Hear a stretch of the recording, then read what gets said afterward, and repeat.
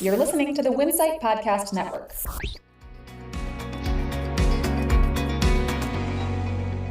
Instacart is upping its IPO goals, Maverik is shaking up its discount program, and 2 C-store retailers are among the best places to work. Welcome to Retail Daily, your quick look at the top headlines from CSP Daily News and Winsight Grocery Business. I'm Heather Lally, Editor-in-Chief at WGB. And I'm CSP Editor-in-Chief Steve Holtz. San Francisco-based delivery service Instacart increased its share price for a proposed initial public offering on Friday, raising the price to between $28 and $30 per share. The update comes less than a week after the company proposed to sell 22 million shares of common stock, 14.1 million shares from Instacart, and 7.9 million offered by selling stockholders. Priced between $26 and $28, Instacart now says it seeks to raise up to $660 million via its IPO. That's up from $616 million in its initial proposal. Maverik is changing the rules of gasoline discounts by extending them to the purchase of tobacco products. That's something that previously was only done with packaged beverage and food purchases.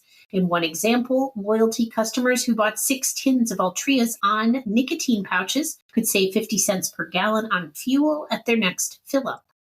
2 convenience store retailers earned spots on Fortune's 2023 Best Workplaces in Retail lists. Sheetz was named number 3 on a list of large companies, and the Wills Group, the parent company of Dash-In C-stores, ranked number 14 among small and medium companies. Fortune's list is created in partnership with the Great Place to Work Group, based on analysis of survey responses from more than 133,000 employees in the retail industry.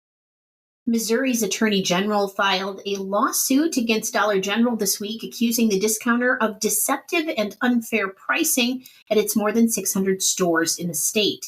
The AG said Dollar General violated consumer protection laws by advertising one price on the shelf and a higher price at the register. Dollar General said it would not comment on pending litigation, but that it is committed to correcting any pricing discrepancies.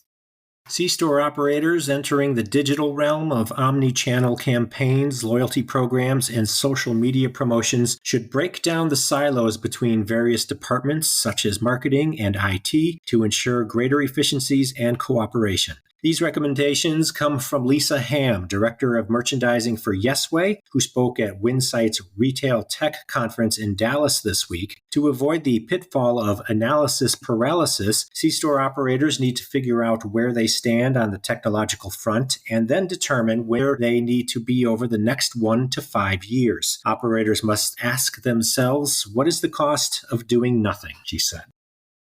The Stewart's Shop convenience store in Potsdam, New York, is now home to 4 high-speed electric vehicle chargers installed by the New York Power Authority to help advance the state's clean energy goals. Stewart's Shops now has 6 stores equipped with Evolve New York Tesla superchargers, with 2 additional sites under contract. Canadian food and drug retailer Sobeys got off to a good start in fiscal 2024, with solid first quarter sales gains marking a rebound from lackluster results in the previous quarter. CEO Michael Medline cited progress in strategic priorities, including 7.2% sales growth for the Voilà online grocery delivery business. In addition, parent company Empire saw its Scene Plus rewards program boost membership by 40% in its first year.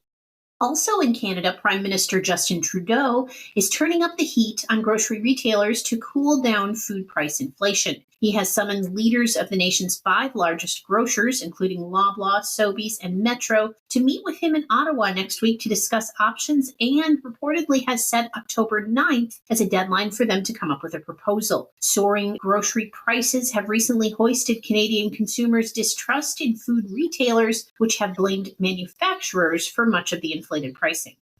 Kroger's healthcare arm is working with chronic disease manager Performance Kitchen to offer medically tailored meals to people with conditions such as diabetes, health disease, and cancer. The company's team of chefs, doctors, and dietitians are devising meals containing nutrition and ingredients that help patients better manage their health. Kroger is an advocate of food as medicine. It also aims to pair these special meals with some of its health services. Alimentation Couche-Tard has agreed to a 10-year, $280 million strategic partnership with CGI Inc. The technology company will deliver a range of IT services and infrastructure support for mission-critical business functions such as store management experience, business process automation, and to help enhance customer and employee experiences. In a move that extends its presence beyond beer, Molson Coors is expanding its partnership with ZOA Energy, the energy drink co-founded by Dwayne "The Rock" Johnson. Molson Coors is upping its investment in ZOA, which will allow it to double its planned media budget for the coming year while continuing to grow sales and distribution footprints. The increased investment also will give Molson Coors a presence on ZOA's board of directors.